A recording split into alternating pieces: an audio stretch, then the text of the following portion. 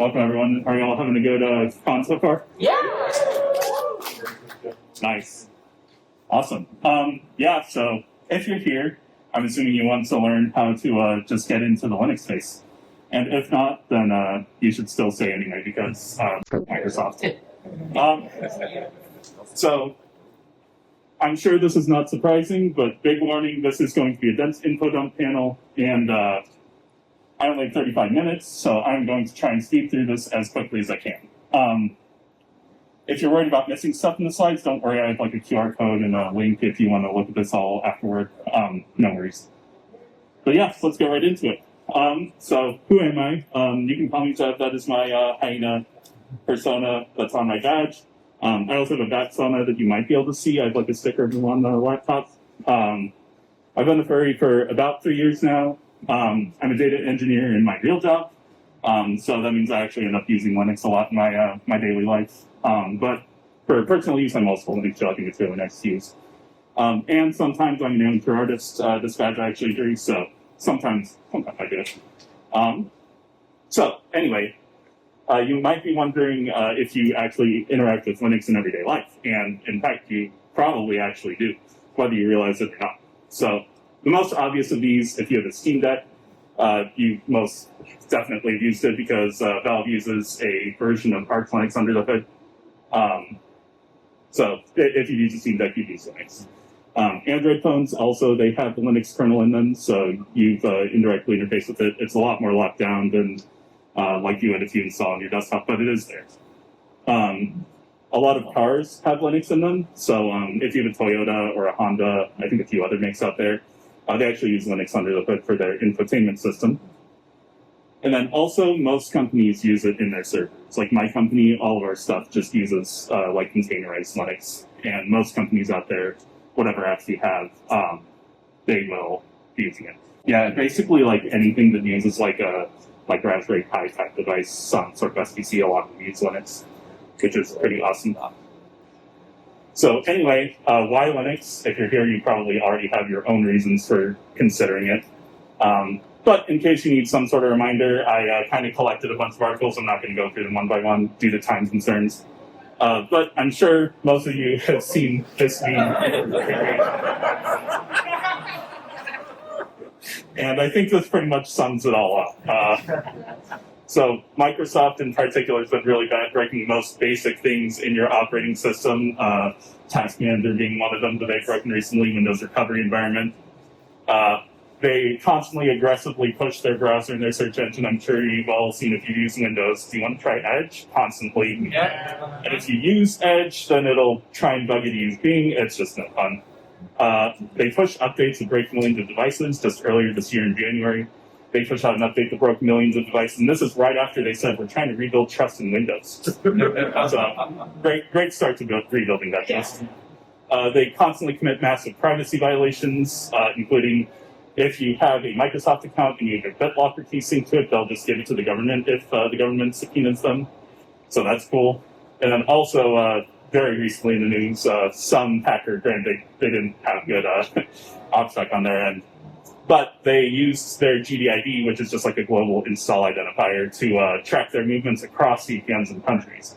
And that's another thing that they'll just gladly give up. In addition to that, going on with BitLocker, they have security issues supposedly so simple that the people that compromised BitLocker said it felt like it was intentional that they left it in there. So, once again, I'm not going to go over the source articles, but in the presentation afterward, if you go to it, there's all sources if you want to see them. But I think out of all the things, this one article sums up the state of things with Windows. And it is this article. So Microsoft has a secret, not really secret article, or news places have reported on it, Windows K2 project. And the big thing here is what's highlighted here is that Microsoft is taking cues from SteamOS and they're using SteamOS, which is Linux-based, as a gaming benchmark because things have gotten so bad in Windows that Valve's SteamOS is performing better in a lot of cases. So, if that doesn't say enough, then yeah, definitely try Linux out. But it's also good on its own merits. So Linux is free, and it always will be because it's licensed with the GPL, which means if someone takes the kernel, makes that its source code, they have to release it for free. That's my non-lawyer understanding of it. It's extremely customizable if you're into it. I don't know if you've seen this subreddit. It is not NSFW despite the name. It's basically just a bunch of people flexing their really cool looking desktops. Lighter distros can often bring new life to old computers. So if you have like a computer that's like 10, 15 years old, you can often just load up even one of the ones I'm going to recommend today.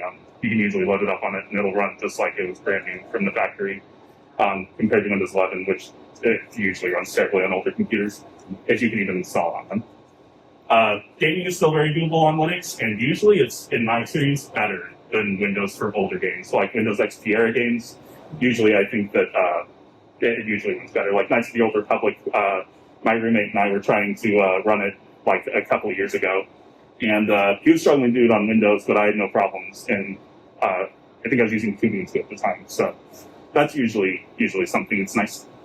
Telemetry is generally very limited or non-existent. If the distro has it, they'll usually ask if you want to opt in, which once again, compared to Microsoft, where they'll just log your GDID and give it to law enforcement, that's a very nice difference. And of course, it's really easy to avoid ads, generative AI swap, whatever the latest big tech trend is, which is constantly pushed. I really hate it. So yeah, and just to sum up all this, you can take back ownership of your computing experience, which I think is neat.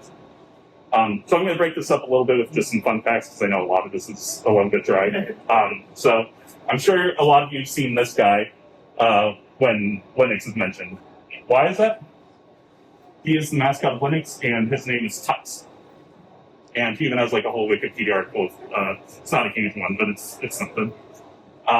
So the story behind this, from what I could find, is that the creator of Linux, Linus Torvalds, there's like this penguin at a zoo in Australia that he's visiting, the Canberra Zoo, and his friends was like, oh, he seemed to develop a fixation for penguins after this. He doesn't really remember how the penguin became the mascot, but he thinks that this is probably the reason why.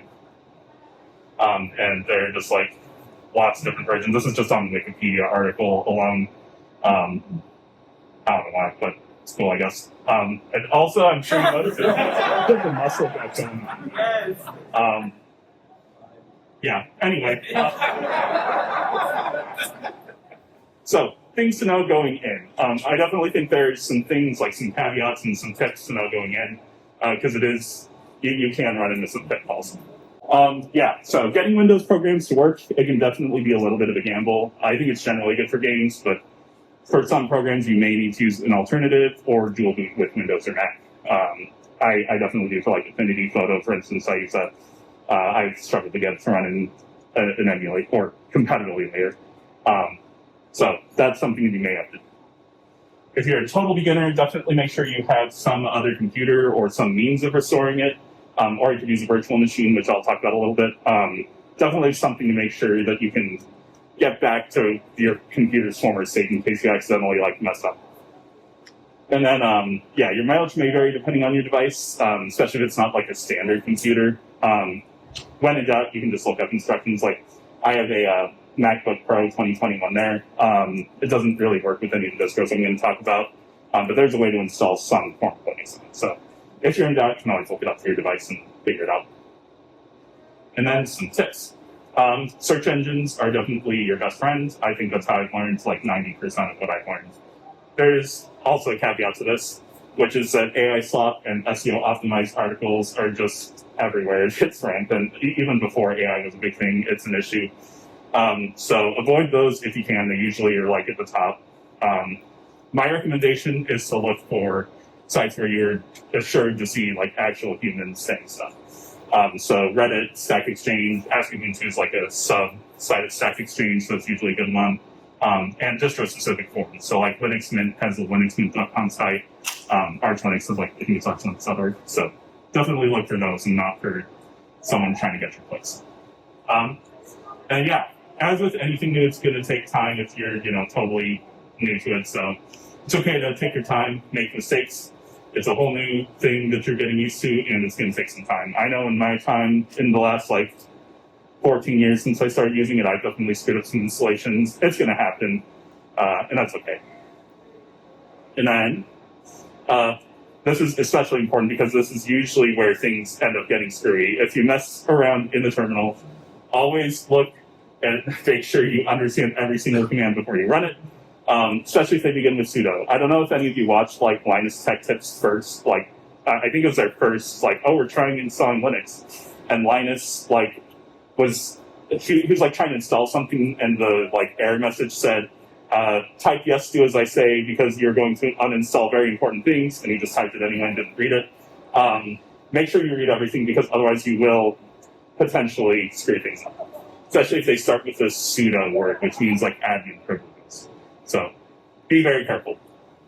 And then also, besides that, with newbie-oriented distros, it's usually hard to screw things up. They've definitely done a good job. Like that one Linus Tech Tips video, they've changed things to make it easier to understand that this will potentially break things.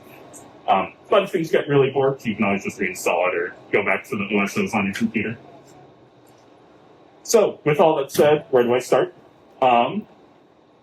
So this is like kind of the classic site that I've always seen recommended when looking for a new distro. And I don't know about you, but I think it's very like visual overload. You can tell it's a site that was made in like the early 2000s. And right there in like the right sidebars are like the most popular distros are. So I think this is cool to see what's out there, but I don't think it's like the greatest thing. But I wanted to mention it because it is often recommended. In my opinion, I think it's easiest just to pick something that's popular, but also easy. I see sometimes, this might be a little controversial, that people will recommend CachyOS as a first one. I think it's nice, but it is like possible to get yourself in a nasty state of things updating things great. So there are a lot of distros targeted toward Windows and macOS users, and these are great to get started with. I think something that's trying to be familiar is usually a good chance. And once again, choosing a more popular one will make it easier to find information when you get started. And like I mentioned, if you don't like the options I bring up here, you can always go with what you want. If you decide you want to do something that isn't something that I mentioned here, go for it. It's a good way to see what's out there and experiment. So my recommendations, these are kind of like the criteria that I went through when I was thinking about what to include here. All these distros I've used for more than a week, so I haven't just installed them and looked at it and called it a day. They all have a familiar desktop interface like Windows or macOS. So it shouldn't be like difficult to try and figure out terminal commands or keyboard shortcuts rather to navigate around. They're all popular distros with good community support, so you should be able to like find forum posts and all that sort of thing. They should all work relatively well on older hardware and newer hardware. Older meaning probably like last 10 years. Anything older than that, and maybe not. But it's worth trying anyway. And then they should be pretty easy to install and pretty easy to install things on them. So I kind of have like two categories in here, and the reason for that is because I've kind of like started going to like the immutable operating systems where you can't break them, and I think they're neat to try out, but there are caveats with that, so I want to go into that. So I think these are like the kind of traditional ones that people recommend, and I think honestly they're good for most people. They're pretty easy to install apps and drivers on. They're based off Ubuntu, so they have really good support with apps and that sort of thing. So everything's going to work just as you'd expect. And then I have this little like asterisk next to ZoranOS because they have this like pro version that they try and funnel you towards. You don't really need to have it. It doesn't offer anything special. Everything it says it installs as part of it is not really, you can just install it yourself. If you want to support them, then definitely go for it, but it's not necessary. As for the other side, which I was kind of alluding to, I'm sure if you're into like Steam Decks and that sort of thing, you've heard of Bazite. And Bazite, it is like a SteamOS replacement, but it's also very nice just to use as a regular general desktop. And the company behind it, Universal Blue, they also make a few other similar distros that are just like less gaming oriented, so you can also use them with theirs if you don't want Steam to install all that sort of stuff. But the nice thing about Bazite, and why I've kind of been using it a lot myself lately, is that it's immutable, so system files can't be overwritten or accidentally deleted. So if you like did a sudo remove everything in your drive, everything's mounted read-only in the system files, so you won't be able to mess it up. And if things do get messed up, you can always like roll back to a previous version. So it's something to consider. The only caveat here, and why I don't think it's for everyone, is that you can't really install drivers easily. So I was running into an issue where I was trying to put, I think it was Bazite on my MacBook. It was like a 12-inch MacBook from like 2015, and it needed special audio drivers, and installing those was not happening because it doesn't support DKMS. So at least when I was doing it. So yeah, so if everything works just fine, then definitely try it out. If not, going with something more traditional is good. Now, this already presents a little bit of decision paralysis, and that's okay. If you can't decide, I say just go for one and try it, and if you don't like it, try the next one. Try them all out and see which one you jive with most. There's a lot of options out there.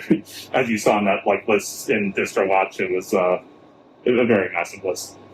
So I wanted to kind of show how they look on the surface, except you're going to see they all look really, really similar, with a start menu and applications and maybe some fun backgrounds because I decided to spice it up a little bit. So this is Linux Mint. This is Zorin OS, and this is Bazite on the desktop. And yeah, they all look basically the same. So if you're wanting to use it just have some things very similar to what you're used to with Windows or Mac, all these are going to be a good fit. So what do you do after you decide? Obviously, the next step is to actually try it out. And luckily, you can actually try these out without any risk, which is nice because if you boot up a Windows disk, you just have to install it. You can't extract. So the first thing you have to do is go to their site and download a .iso file. It's a disk image, but you don't have to write it to a C or anything. It does contain the whole OS, so it will be large. For Zorin OS, it's 3.5 gigs, so it'll probably be somewhere between 3 and 5. I think Bazite's a little more, it's 7. So it'll be a little large. Definitely make sure you have space for it. Some distros have multiple links, so you can just pick one of them. They just have multiple different locations around the world to download them from. Then after that, you can either write it to a thumb drive and boot from it, or you can boot it in a virtual machine and try it there. These will not be as performant as if you did it on your base computer, but they're good to try it out and make sure that everything works. So for writing USB, if you've written had reinstalled Windows, you may be familiar with one of these. Rufus is nice in Windows, but it is a little weird if you aren't familiar with this sort of stuff. Which is why I think Enter is really nice for this, because basically you just click Flash from File, click that ISO file, click Select Target, you choose your thumb drive, and then you click Flash, and then it does it for you. So this is definitely the easiest way to do it, in my opinion. Also, I haven't used this before, but Droid supposedly also works if you have an Android phone. So you might be supposed to be able to do this from your Android phone. So how is booting from this low risk? These distros are all live USB. So you plug in your thumb drive, you boot it, and it'll actually take you to a desktop where you can try things out.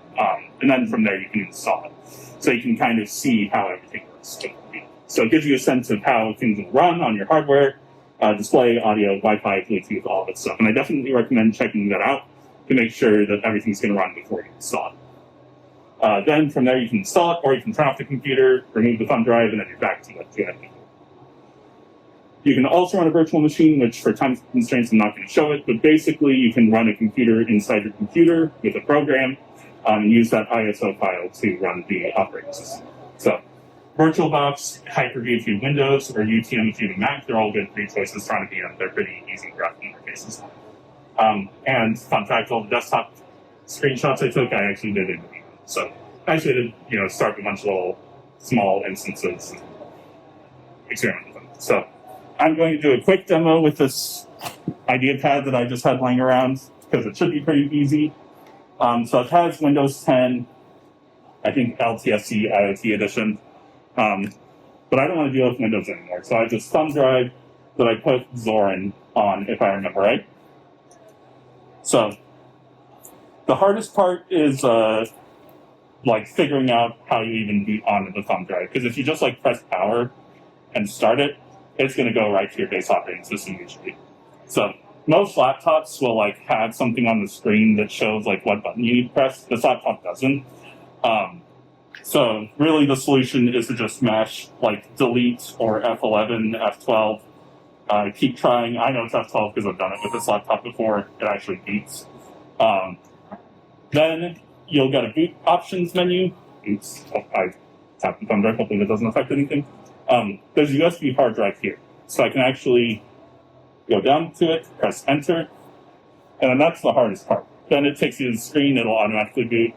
I'm going to press enter to start. And then this part actually takes a while. It takes a while to boot into the desktop because it's reading from the slow thumb drive. So you can see here it says try or install. So if we click install, that'll actually take us into the desktop. Oh, no, not install. I wanted to try it. Luckily, you can go back. So if you click try, then you can go into the desktop environment, or you can just install directly from there. Once again, it's like doing extended displays, but you can see like there's the full desktop environment. Actually, I can change the displays. So I'm like right-clicking and clicking display settings, and you'll be able to see the display settings in a second. It's pretty simple. Cool. So yeah, this is the desktop. So you'll be able to see if I like go to. Unfortunately, Zorn is Brave installed by default. You can install whatever you want, but this is what they have by default. But if you'll see if I click it, it will actually be like the full Brave browser. Might take a second to load. I do not need a keyring, just even for that. So, but yeah, besides that, it's just like plain old Brave browser. Obviously, it's complaining because we're not connected to the internet. But yeah, if you like try this, one thing I want to just mention is that you will definitely want to make sure everything works. So, like camera, for instance, webcam is something that can sometimes be a little weird, but you can see it's working. Yay. And then Wi-Fi is something, and audio that I usually run into. So if you like press the volume keys, you usually hear something. And I think it's trying to play through the projector, so it's not going to work. But it was on this laptop before. And then Wi-Fi. And you can see all Wi-Fi access keys. So once you've gone through everything and made sure everything works, if you want to install, you can just double-click install right here. Once again, it's going to be a little slow because it's loading everything from the thumb drive. But this is the thing that really surprised me the first time I installed Ubuntu, even like 14 years ago, is that the installer is like actually really easy to use. It's not any command line fiddling around. So just click English or whatever language you want, choose your keyboard layout. We can skip the Wi-Fi. It will actually like install updates as you go through it, so that's one advantage of connecting to internet. I normally think third-party software for graphics and Wi-Fi is good because you'll be able to load like MP3 files and all that without issues. If you really don't want anything that isn't free and open source, then you can untick that. And then from there, it's going to ask us if we want to erase our disk and install Windows once it eventually loads. Or actually, it's going to ask if we want to dual boot with Windows, or if we want to erase the full disk and overwrite Windows. So this is where your like dual boot option goes into play. Do you want to like install it alongside Windows Boot Manager, or do you want to install ZornOS? We'll say install alongside Windows so we can dual boot. You can specify how much space. We'll just go with the defaults, and then install now.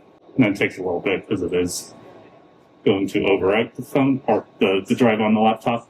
And then once that's done, basically you just set up your user and your time zone, and then you're all set. But this is a relatively slow laptop, so I'm not surprised it's taking a while. Yes, I want to continue.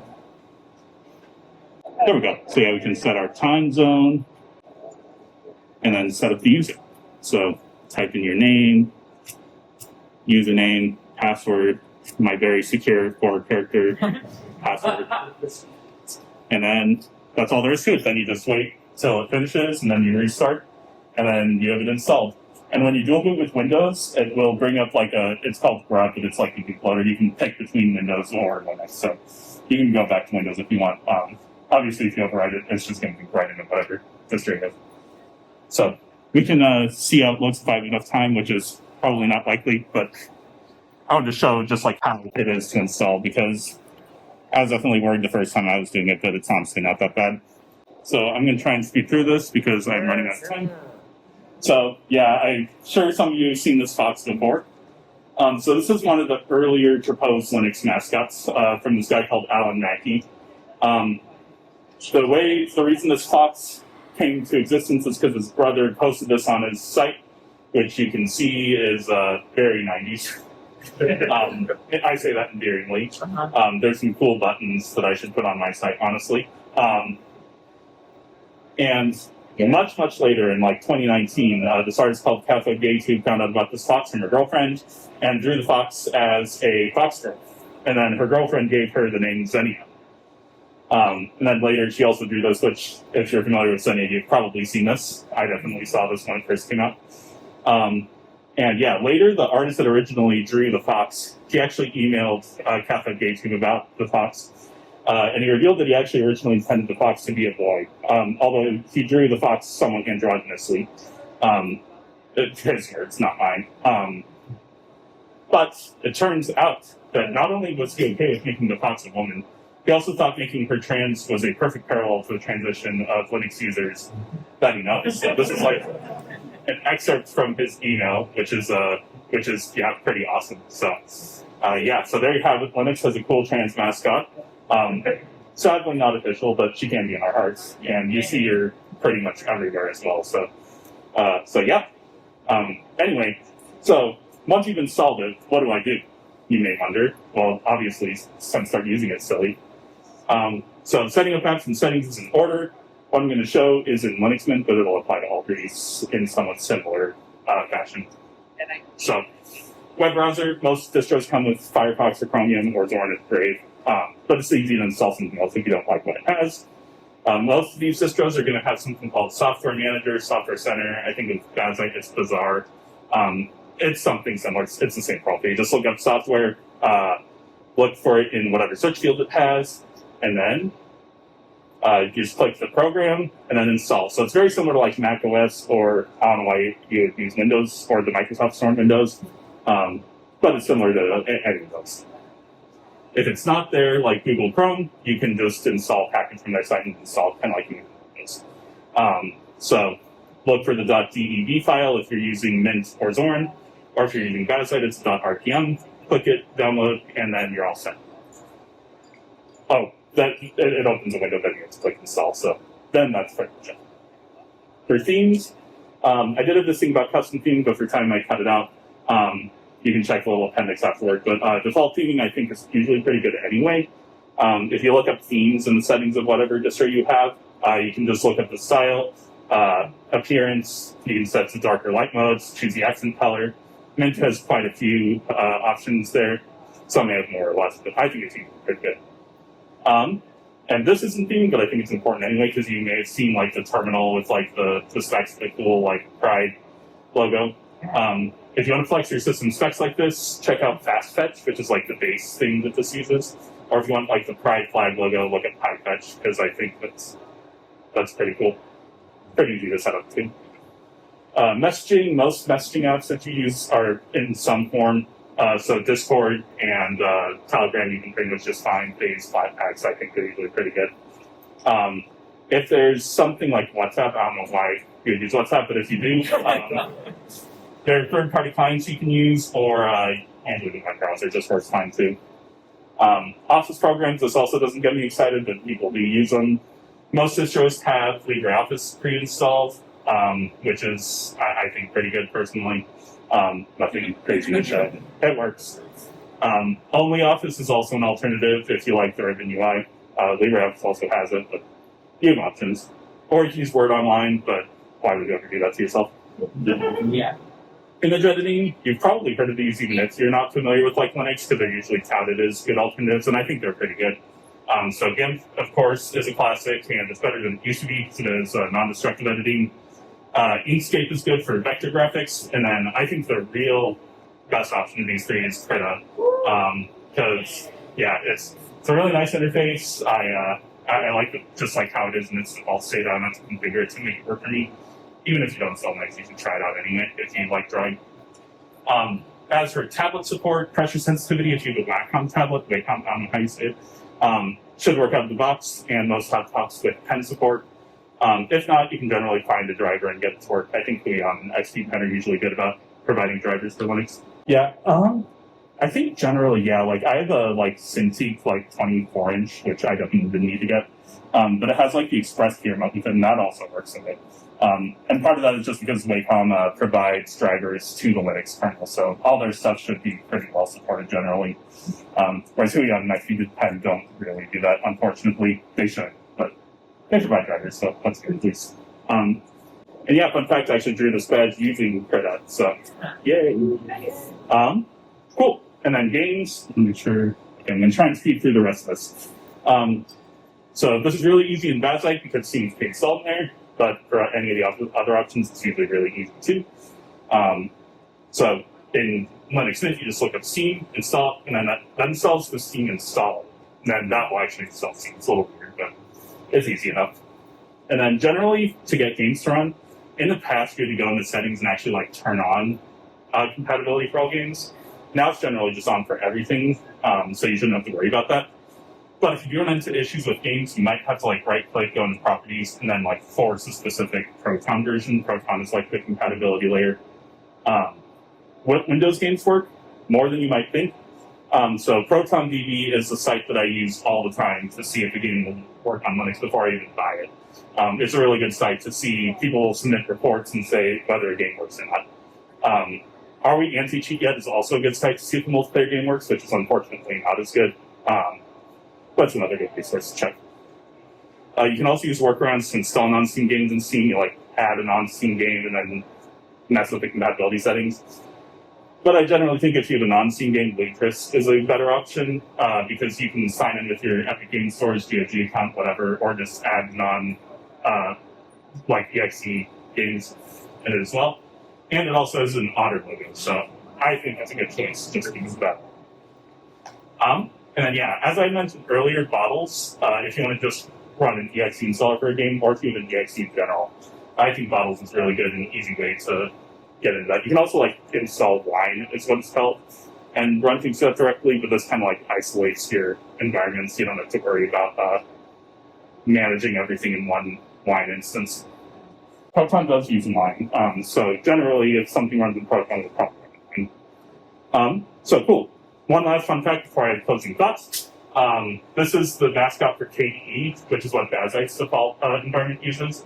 I don't know if you've seen this little dragon guy before, but Venus species have a lot of lore. If you check that link, it's like this big page of way more lore than a mascot for something different letters. So, yeah, the different letters on their horns mean whatever archetype, what they do as a job. It's weird. I don't understand it. But cool. So, closing thoughts. Like I mentioned earlier, learning and getting used to something new will take time.